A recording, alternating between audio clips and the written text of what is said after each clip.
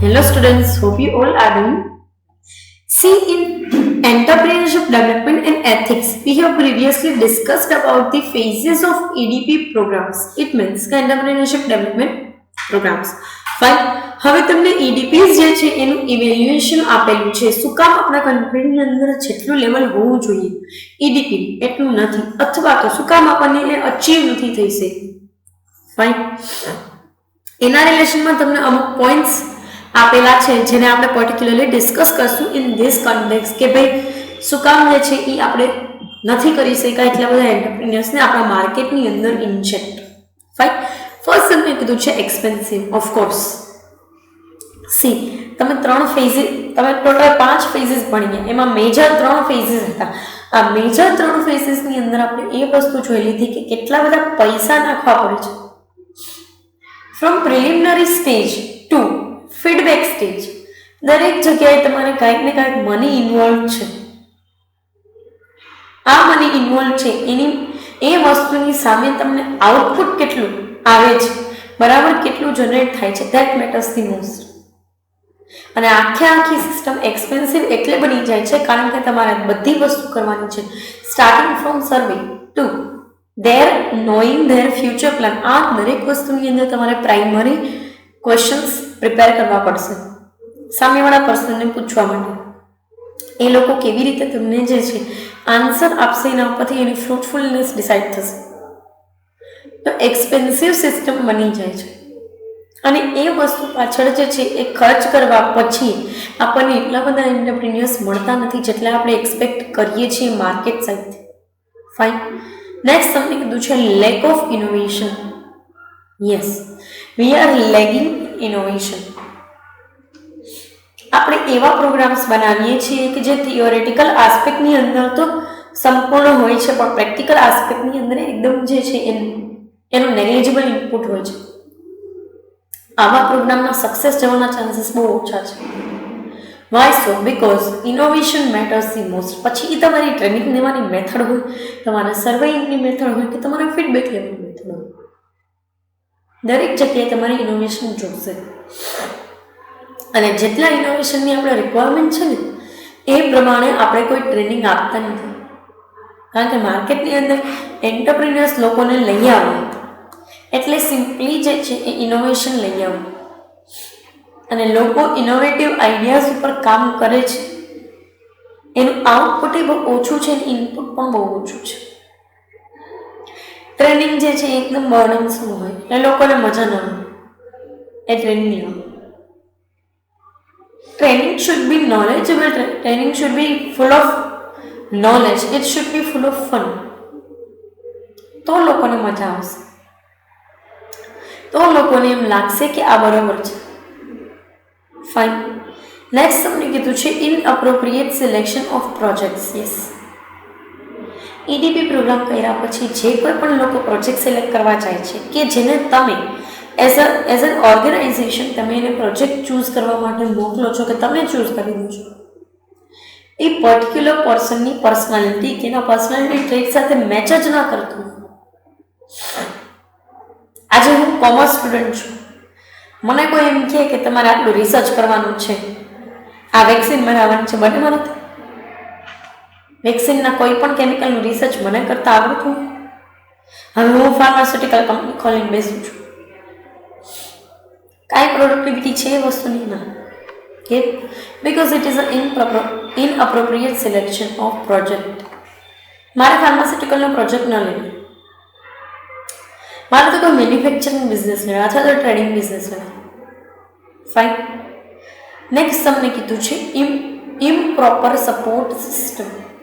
Yes, આજે તમે એક વસ્તુ જુઓ, જે કોઈ પણ એન્ટરપ્રિન્યોરશિપ ડેવલપમેન્ટ પ્રોગ્રામ કરતા હોય એ તમામ લોકો ક્યાંક ને ક્યાંકથી તો અસિસ્ટન્સ લઈ આવે જ છે. ક્યાંક ને ક્યાંકથી હેલ્પ લઈ આવતા હશે. આ હેલ્પ દેવાની સિસ્ટમ કાં તો ગવર્મેન્ટ હશે અથવા તો અધર ઇન્સ્ટિટ્યુશન હશે. હવે એ લોકોએ એક વખત તમને મોનિટરી સપોર્ટ આપી દીધું, એક વખત તમારા માટે જે છે એ ફેસિલિટી ક્રિએટ કરી. હવે પ્રશ્ન એ ઊભો થાય છે કે એ તમારા બિઝનેસ માટે પ્રોપરલી વર્ક કરશે કે નહીં કરે. And if it is not working properly, તો પછી તમારે વિચારવું પડે કે આ સપોર્ટ સિસ્ટમની તમારે જરૂરિયાત હતી કે નહીં, અથવા તો સપોર્ટ સિસ્ટમની અંદર શું લૂપહોલ્સ છે. ફાઇન. નેક્સ્ટ તમને કીધું છે ક્વોન્ટિટી વર્સસ ક્વોલિટી. દરેક બિઝનેસમેન જે છે એની પાસે બે ડાયલેમા હોય છે. કાં તો ક્વોન્ટિટીનો ડાયલેમા છે, કાં તો ક્વોલિટીનો છે. કોઈ પર્સન બહુ સરસ ક્વોલિટેટિવ પ્રોડક્ટ બનાવવા માંગે છે, તો તમારી એની પ્રાઇસ વધી જશે, બનાવવાની કોસ્ટ જ વધી જાય, તો માર્કેટમાં પ્રોડક્ટ મોંઘી મળે. કોઈ લોકો ક્વોન્ટિટી સાથે કન્સર્ન હોય, જેટલા પૈસા છે એમાં ક્વોન્ટિટી વધારે આપો, બીજું કાંઈ નહીં. તો ક્વોન્ટિટી અને ક્વોલિટી વચ્ચેનો જે કાંઈ પણ ડાયલેમા છે એના લીધે EDP પ્રોગ્રામ્સ જે છે એ સક્સેસફુલ નથી જતા. કારણ કે તમે જેવા બિઝનેસ એન્વાયરમેન્ટની અંદર જે કોઈ પણ એન્ટરપ્રિન્યોર લોકોને કામ કરાવવા માંગો છો, બની શકે કે એ લોકો એ વસ્તુની અંદર કામ કરવા ન માંગતા હોય, અને જ્યારે એ લોકોની જ કોઈ ઈચ્છા નહીં હોય કામ કરવાની, તો સિમ્પલી જે છે કાં તો ક્વોલિટી બગડે છે, કાં ક્વોન્ટિટી બગડે. બરાબર? સો એક પર્સપેક્ટિવ છે. નેક્સ્ટ તમને કીધું છે not catering the need of mass. Mass it means public at large. કહેવાનો મતલબ એવો છે કે એન્ટરપ્રિન્યોરશિપ પ્રોગ્રામ્સ જે છે એ ઘણા બધા લોકોને ઇન્વોલ્વ નથી કરાવડાવતો. તો એવા લોકો પણ અવેલેબલ હશે માર્કેટની અંદર કે જે લોકોને આ સ્કિલ્સની જરૂરિયાત તો છે, પણ કોઈ એને આપતું નથી. કોઈ એને આપતું નથી, તો સિમ્પલી જે છે એ લોકો એના ઉપર કામ પણ નહીં કરી શકે. આજ મારી પાસે ટ્રેનિંગ હોય તો હું બીજાને જે છે એ ફ્રૂટફુલી ટ્રેનિંગ આપી શકું. મારી પાસે કોઈ વસ્તુનું નોલેજ હોય તો બીજાને આપી શકું.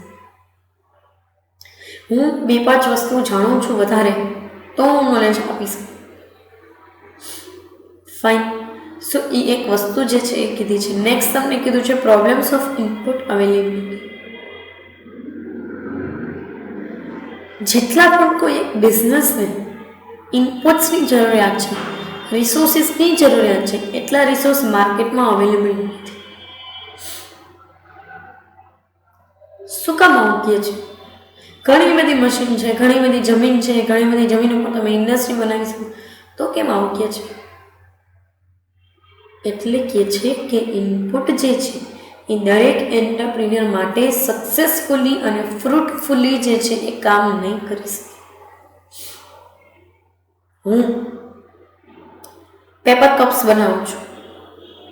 પેપર કપ્સ બનાવવા માટે મારે એક સ્પેશિયલ ટાઈપના પેપરની જરૂરિયાત પડશે. યસ ઓર નો? આ સ્પેશિયલ ટાઈપનું પેપર જે છે કાં તો કોઈ કંપની બનાવતી હશે એની પાસેથી લઈ લઉં, અને કોઈ કંપની આખી દુનિયામાં બનાવતી, તો શું કરશે? તો મારે ખુદને બનાવવું પડે. અને પેપર બનાવવા માટે મારે ઘણા બધા ઇનપુટની જરૂરિયાત પડશે. એ પણ એવા ઇનપુટ કે જે સક્સેસફુલી મારી આ પ્રોસેસની અંદર કન્ટ્રીબ્યુટ કરી શકે. મેન, મશીન, બરાબર, મની અને મટીરિયલ. અહીંયા મટીરિયલનો રોલ ઇમ્પોર્ટન્ટ છે કારણ કે ઇનપુટ વિશે વાત કરીએ છીએ. તો યસ, પ્રોબ્લેમ્સ જે છે એ આપણને ઇનપુટની અવેલેબિલિટીમાં જોવા મળે છે. અવેલેબલ જ નથી તો તમે ક્યાંથી રિસોર્સને ક્રિએટ કરશો? અને ક્રિએટ કરો તો શું સક્સેસફુલી જે છે તમે એને ચલાવી શકશો? ના. Lack of proper infrastructure. EDP પ્રોગ્રામની જગ્યા હોય કે કોઈ પણ બિઝનેસ આઉટલેટ હોય, પ્રોપર ઇન્ફ્રાસ્ટ્રક્ચર છે જ નહીં આપણી પાસે. અને પ્રોપર ઇન્ફ્રાસ્ટ્રક્ચર નથી તો લોકોને તમે કઈ જગ્યાએ ઓક્યુપાય કરાવડાવશો? કેવી રીતે તમે એની પાસે કામ કરાવડાવી શકો? જો તમારી ખુદની જ પાસે જે છે એ કામ કરાવડાવવાની કેપેબિલિટી જ નથી તો બરાબર. એ બી એક પર્સપેક્ટિવ આપેલું છે. ઇન્ફ્રાસ્ટ્રક્ચર બરોબર હોય ને તો તમે બહુ વધારે પડતી ફેસિલિટીઝ ક્રિએટ કરી શકો, તો ટેકનિકાલિટી ક્રિએટ કરી શકો. લોકો પાસે ટેકનિકલ નોલેજ હોય તો એ લોકો આગળ વધી શકે. અને ઇન્ફ્રાસ્ટ્રક્ચર સાઇડથી જ આવે, કેવું એન્વાયરમેન્ટ તમે એ લોકો પાસે અવેલેબલ કરવાડો છો ને એના ઉપરથી. ફાઇન. નેક્સ્ટ કીધું છે ઇનઅપ્રોપ્રિએટ ટ્રેનિંગ. ટ્રેનિંગ જે છે બરોબર નથી અપાતી. ઇફેક્ટ શું આવે ટ્રેનિંગ બરોબર ન અપાય? તો કે એ જ ઇફેક્ટ આવે જે lack of knowledge, lack of ઇનોવેશનની અંદર આવે. ટ્રેનિંગ જ પ્રોપરલી પૂરી નથી પાડવામાં આવતી, અથવા તો બધી વસ્તુ જે છે એ અડધી અડધી કહેવામાં આવે છે. આ સિચ્યુએશનની અંદર મને નોલેજ મળે ના, મારે મેળવવું હતું તો એફર્ટ્સ કરવા પડે. જેવા મારા એફર્ટ્સ એ પ્રમાણે જે છે એ ટ્રેનિંગ મને અવેલેબલ થશે. બરાબર. નેક્સ્ટ કીધું છે delays in project implementation. Project available છે, ઇમ્પ્લિમેન્ટ નથી થતો. ઘણી બધી સાઇટ તમે અંડર કન્સ્ટ્રક્શન જોયેલી હશે, જેમાં ફ્લેટ બનતા હોય પણ બનતા વચ્ચેથી અટકી જાય, જેમાં કોઈ એક સ્પેસિફિક બિલ્ડિંગનું કન્સ્ટ્રક્શન ચાલુ હોય, પણ આ દરેક જગ્યાએ પ્રોજેક્ટ ઇમ્પ્લિમેન્ટ જે છે એ પ્રોપરલી થયો નથી. અને જ્યારે એક્ઝિક્યુશનમાં જ વાર લાગે છે તો બાકીની દરેક વસ્તુ ડિલે થતી જશે. બરાબર. સો ઈની અંદર પણ તમને એ વસ્તુ આપેલી છે. સો પર્ટિક્યુલર આ સેશનમાં આપણે ડિસ્કસ કર્યું about the evaluation of EDPs, એટલે કે EDPને ઇવેલ્યુએટ કરેલા છે, જેમાંથી તમને જે છે એ EDPs જે છે એ શું કામ આટલા બધા કરવામાં છતાં એની પ્રોડક્ટિવિટી નથી દેખાતી, એના રીઝન્સ આપેલા છે. ફાઇન. જે રીઝન્સ આપણે આ સેશનની અંદર ડિસ્કસ કર્યું. કમિંગ સેશનની અંદર આપણે રોલ રિલેવન્સ અને અચીવમેન્ટ્સ જે છે એ ડિસ્કસ કરશું. પર્ટિક્યુલર આ સેશન માટે અહીંયા સુધી રાખીએ. Thank you so much.